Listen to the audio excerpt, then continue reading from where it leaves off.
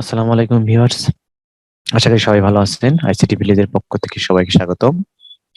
আজকে আমরা আইসিটি ভিলেজে দেখব কিভাবে মাইক্রোসফট এজ ব্রাউজার ব্যবহার করে শিক্ষাক্ষেত্রে অনেক কাজ সহজ করা যায়, বা শিক্ষাক্ষেত্রে মাইক্রোসফট এজ ব্রাউজার কিভাবে প্রয়োগ বা ব্যবহার করা যায়।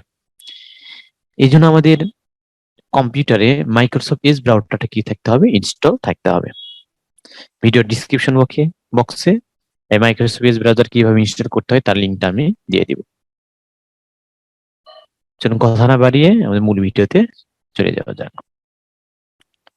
এক্ষেত্রে প্রথমে আমাদের মাইক্রোসফট এজ ব্রাউজারটা কি করতে হবে, ওপেন করতে হবে। করার পর এখানে ধরুন আমরা প্রথমে যে কাজটা করব, যে কোনো একটি বিষয় একটি ওয়েব পেজে আমরা প্রবেশ করব। ধরুন আমি এখানে লিখলাম বার্ডস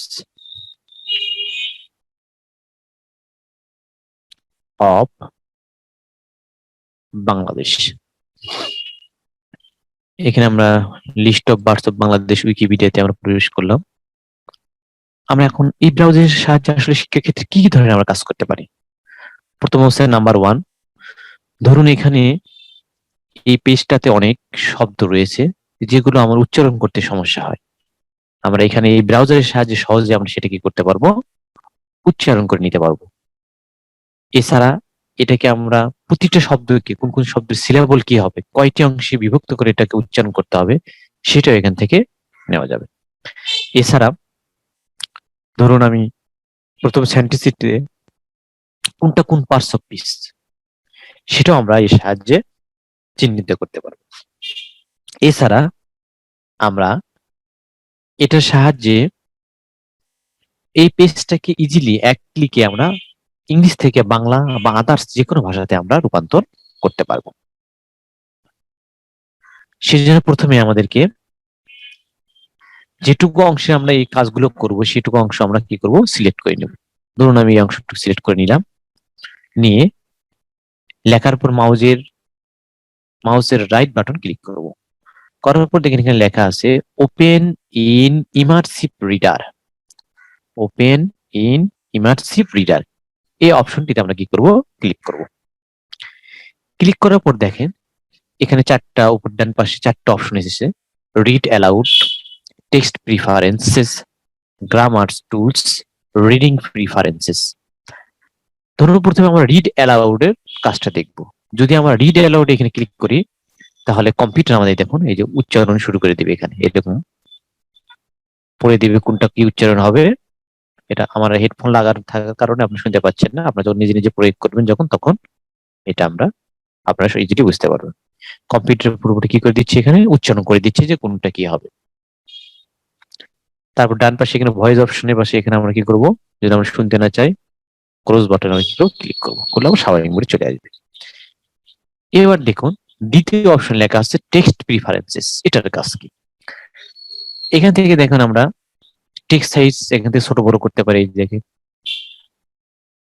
মিডিয়াম, তাই না, ছোট করতে পারি। টেক্সট স্পেসিং, একটা টেক্সট থেকে আরেকটা টেক্সটের দূরত্ব আমরা এখানে বাড়াতে পারি। এই যে দেখেন। আবার পেজ থিমটা আবার এখান থেকে আমরা কি করতে পারি, চেঞ্জ করতে পারি। অর্থাৎ যে পেজটা কাজ করতেছে পেজটা বিভিন্ন কালার করতে পারি। এই যে দেখুন ইয়েলো কালার, যে কোনো কালার আমরা এখানে চেঞ্জ করতে পারি। এবার দেখুন 3 নম্বর যে অপশনটা গ্রামার টুলস, এই অপশনটার কাজ খুব চমৎকার, অসাধারণ কাজ শিক্ষার্থীদের জন্য বিশেষ করে। ধরুন আমি গ্রামার টুলস এখানে আমরা ক্লিক করলাম, করে দেখুন প্রথমে লেখা আছে সিলেবাস। যদি আমরা এই আইকনটিকে অ্যাক্টিভ করে রাখি তাহলে আমার এখানে যে লেখাগুলো আছে এগুলো কোনটা কোন শব্দ কিভাবে সিলেবল অংশে অর্থাৎ উচ্চারণ করতে হবে সেটাতে পরিণত হবে। একটু দেখেন, মার্ক করে দিলাম। তারপর একটু দেখুন list of birds species recorded Bangladesh, যেটাতে সিলেবল বা আলাদা আলাদা করে ভাগ করে পড়তে হবে সেগুলো সিলেবল আকারে এখানে কি হয়ে গিয়েছে, ভাগ হয়ে গিয়েছে। যদি আপনি এটা আবার স্বাভাবিক মোডে আনতে চান, আবার গ্রামার টুলসে গিয়ে এই যে এই আইকন এটাতে টিক মার্কটা এখানে কি দেবো, ইনঅ্যাক্টিভ করে দিতে হবে। এরপর ধরুন আমি এই পুরা প্যাসেজটিতে বা প্যারাগ্রাফটিতে আমি কোনটা কোন পার্টস অফ স্পিচ সেটা আমরা ইন্ডিকেট করব। এক্ষেত্রে দেখুন নাউনের কালার হবে এটা পার্পল কালার, বিভিন্ন কালার দেওয়া আছে, কোনটা কোন কালার হবে সঙ্গে সেটা উল্লেখ থাকবে।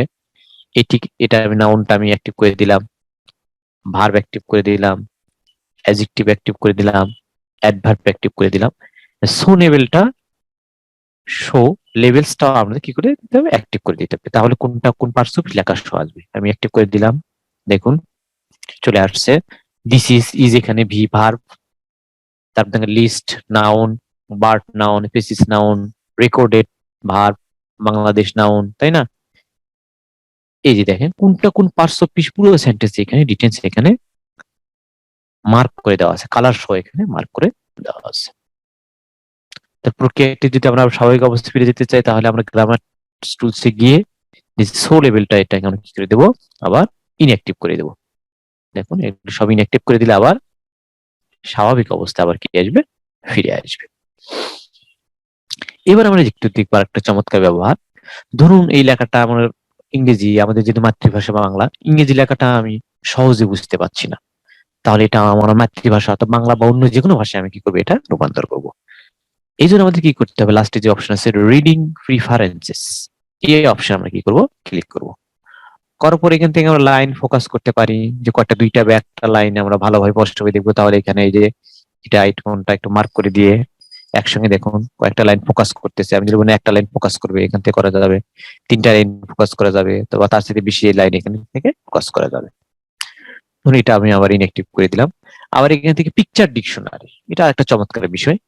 অর্থাৎ এখানে যদি কোনো যে শব্দগুলো আমার কাছে অপরিচিত, সেই শব্দগুলো যদি আমি পিকচারের মাধ্যমে বুঝতে চাই, তাহলে এখানে পিকচার ডিকশনারিটা আমরা কি করে দেবো, অ্যাক্টিভ করে দেবো। দেওয়ার পর দেখবেন যে শব্দটার পিকচার ডিকশনারি এখানে এরকম স্টার আকার ধারণ করবে।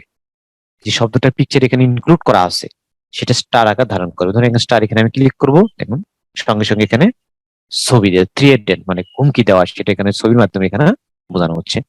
আর একটু দেখি কোন কোন শব্দটা এরকম আছে, যেমন দেখেন ইনক্লুড, স্টার মার্ক এখানে আকার ধারণ করেছে। এখানে আমরা ক্লিক করি, এই যে ইনক্লুড মানে একজন একজন এখানে অন্তর্ভুক্ত করা এখানে বোঝানো হয়েছে। আবার দেখুন বার্ড, এই যে বার্ডের উপর আমরা ক্লিক করি, এই দেখেন বার্ডের ছবি চলে আসছে। অর্থাৎ আমরা কোনো বিষয় যদি শব্দটা যদি অর্থ দিয়ে বুঝতে না পারি, সেক্ষেত্রে আমরা এখানে ছবি সাহায্যে আমরা সহজে কি করতে পারি, বিষয়টি বুঝতে পারি। যেমন এখানে ফ্যামিলি লেখা আছে, ফ্যামিলির উপর নিয়ে যাওয়ার সঙ্গে সঙ্গে এখানে স্টার আইকনটা দেখাচ্ছে, এখানে আমরা ক্লিক করব, দেখুন এখানে ফ্যামিলির ছবি দ্বারা এখানে বোঝানো হচ্ছে। আশা করি বিষয়টা অবশ্যই বুঝতে পেরেছি। আবার স্বাভাবিক মোডে ফিরে যাওয়ার জন্য রিডিং প্রিফারেন্সে গিয়ে আমরা কি করে দেব, পিকচার ডিকশনারিটা আমরা কি করে দেব, আবার ইনঅ্যাক্টিভ করে দেব। এবার দেখুন চমৎকার ট্রান্সলেট যেটা বিষয়, এখান থেকে আপনি এই ইংরেজির ভাষাকে যে কোনো ভাষায় পরিণত করতে পারবেন। এখানে যে ভাষাগুলো আছে সব ভাষায় পরিণত করতে পারবেন। তা আমরা নর্মালি বাংলা ভাষায় এটাকে পরিবর্তন করবো, এই জন্য বাংলা এখানে সিলেক্ট করে দিলাম। দিয়ে দেখেন এখানে লেখা আছে translate entry page. Translate entry page এটা আমরা কি করে দেবো, অ্যাক্টিভ করে দেবো। দেখুন অ্যাক্টিভ করে দেওয়ার সঙ্গে সঙ্গে দেখেন পুরা প্যারাগ্রাফটা প্যাসেজটা কি হয়ে গেছে, বাংলায় পরিণত হয়ে গিয়েছে। যেটি বাংলাদেশে রেকর্ড করা প্রাকৃতিক প্রজাতির একটি তালিকা, তাই না? এই যে বাংলাতে পরিণত হয়ে গেছে। অর্থাৎ আমরা এই মাইক্রোসফট ব্রাউজারের সাহায্যে আমরা এই যে শিক্ষার এই গুরুত্বপূর্ণ বিষয়গুলো আমরা সহজে এখান থেকে করতে পারবো, শিখতে পারবো।